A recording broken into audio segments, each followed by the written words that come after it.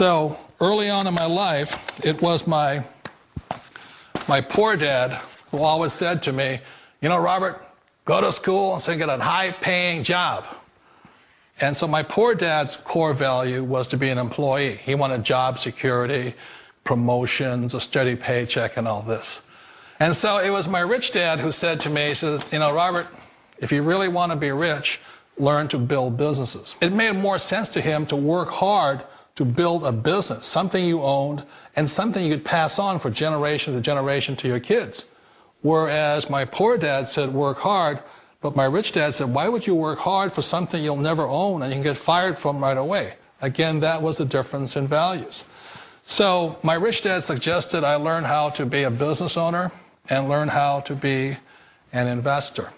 And that's one of the big differences. On this side of the quadrant, these people here work for security. They work for money also. On this side over here, their key value that they want is they want freedom. They don't want to have to work at a job anymore. They don't want to have to work for the rest of their lives. So the beauty of building a business and learning how to invest is very simply that this is passive income. You work hard for a few years, but possibly for the rest of your life, income keeps flowing to you. Hi, my name's PJ, and welcome to our short presentation. Have you ever wondered how the rich keep getting richer while broke people stay broke and the middle class seems to be shrinking? Well, this isn't nearly as mysterious as it may appear when you examine the specific differences in how broke people, the middle class, and the rich spend their money. Now, this is such a simple concept, yet so profound, it nearly knocked me out of my chair when I finally understood it. I'm going to show you exactly how the rich spend their money, and you can evaluate for yourself why they keep getting richer and the broke keep getting broker, and why the middle class remains so stressed out. Now, to get started, I'd like to review some financial terms we'll be using during this presentation. The terms that you need to be familiar with are cash flow, which means money you bring in, expenses, which means money you spend, assets. Now, this is the most confusing one. You're probably familiar with the traditional definition of an asset, which is something you own or have equity in. However, back in the 1990s, Robert Kiyosaki introduced us to a new definition of an asset in his groundbreaking Rich Dad, Poor Dad series of books.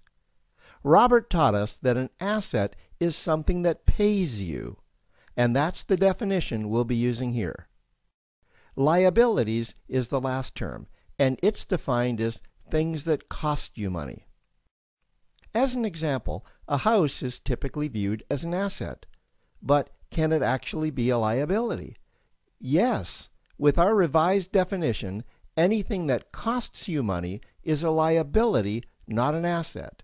If you have a mortgage, your house is an asset to your banker because it pays him or her every month.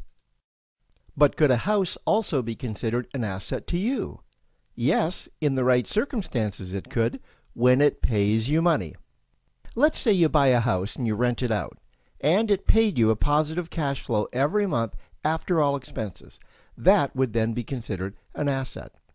Now, one more time with the terms, just to be very clear before we continue. Cash flow is money you make. Expenses, that's money you spend. An asset pays you, and a liability costs you. Now let's take a look at how broke people spend their money. Now, when I say broke people, I'm not referring to the destitute. I'm speaking about that large portion of our society that lives from paycheck to paycheck and who never seem to have any money.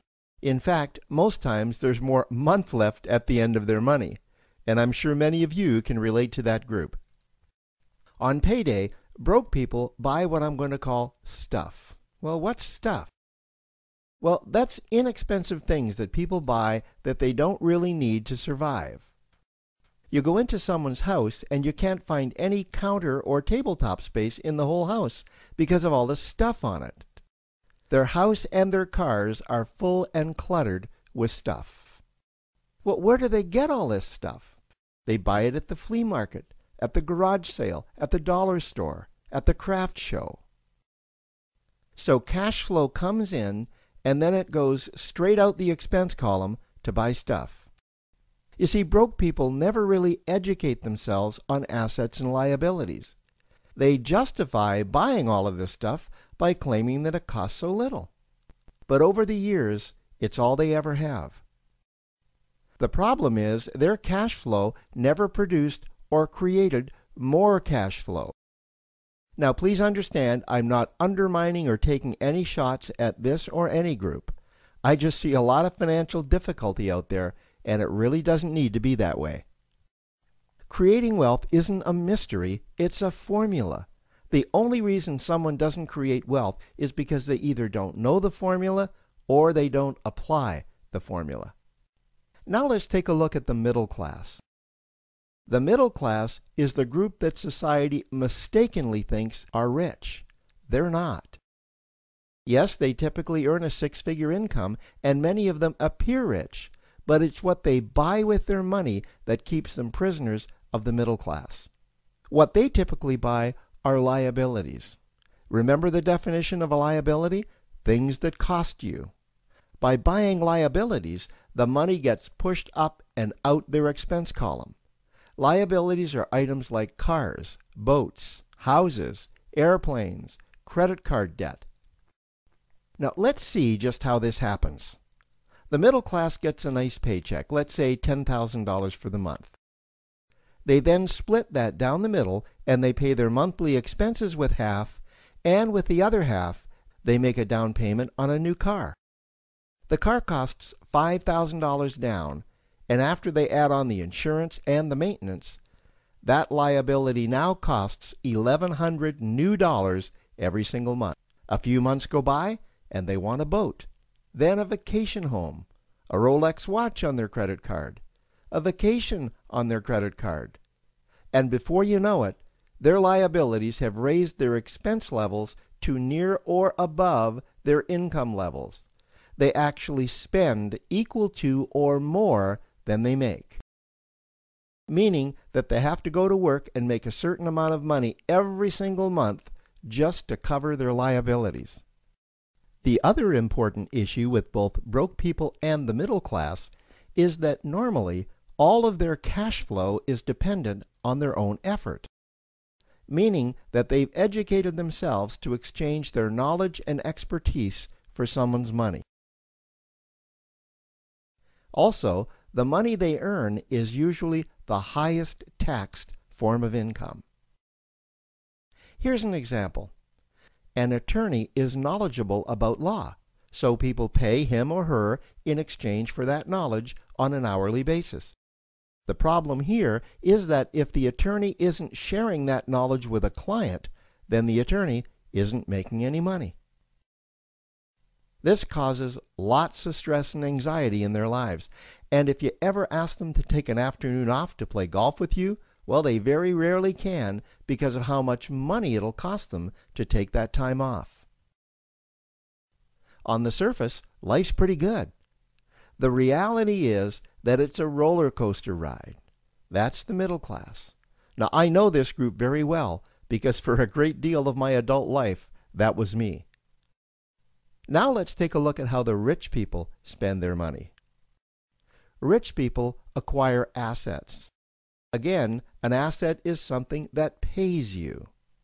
If you want to become rich, buy assets that earn you more money. The money cycle looks like this. Acquire assets that produce cash flow, invest the profits to acquire more assets that produce more cash flow, invest those profits to acquire more assets that produce more cash flow. The rich spend their money and acquire things that produce more money. Here are a few examples of assets that produce more money. Investments are the obvious ones: stocks, bonds, real estate.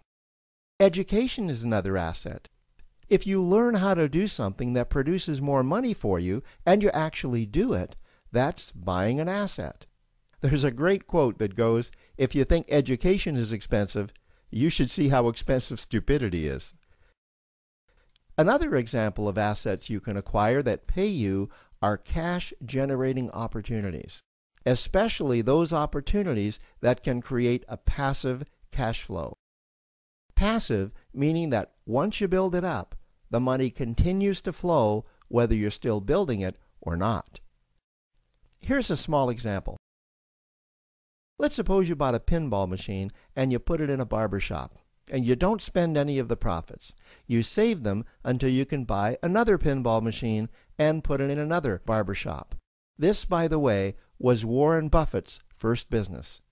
If you don't know who Warren Buffett is, he's one of the top 2 richest men in America. The rich are extremely eager to find those passive cash-generating opportunities because those opportunities continue to pay them month after month, year after year, long after they've stopped working the opportunity.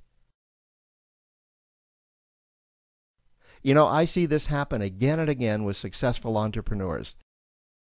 They find a passive cash flow stream that they build up, and it continues to pay them month after month, year after year. They then take those profits and multiply them in another passive cash-generating opportunity, and then again in another. In conclusion, here's what I've learned over the years. You can't find these passive cash-generating opportunities unless you're open to hearing about them. Then, once you find them, you must be willing to see what fits you and then act. Now, the reason I say this is that I once answered a hokey little ad that I ended up generating 7 figures from, simply because I answered that ad and then took action. These opportunities are out there, you just need to find them. You also must be opportunistic enough that when the right situation does present itself, you don't miss it. So remember, broke people buy stuff, the middle class buy liabilities, and the rich acquire assets, preferably cash-generating opportunities that can create passive cash flow. They then take that cash flow and invest it in another asset that produces more cash flow. That's the wealth creation formula. Now, I trust you found this introductory information helpful. Now, to learn about one of the greatest cash-generating machines on the planet, click on the link below to proceed to step 2.